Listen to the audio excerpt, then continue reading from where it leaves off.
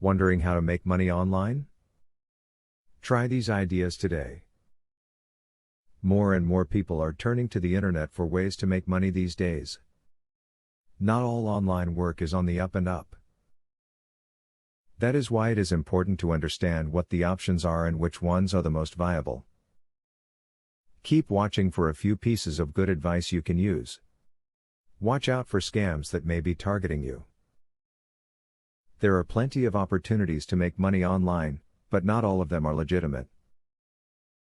Make sure to read all reviews before you sign anything. One great way to make money online is to use a site like Etsy or eBay to sell things you make yourself.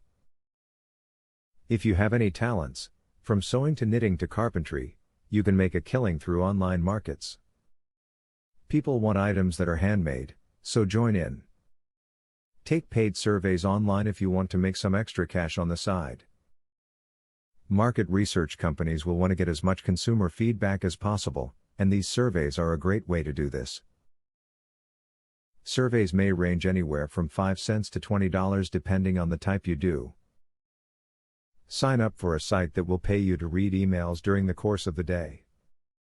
You will simply get links to scan over different websites and read through miscellaneous text.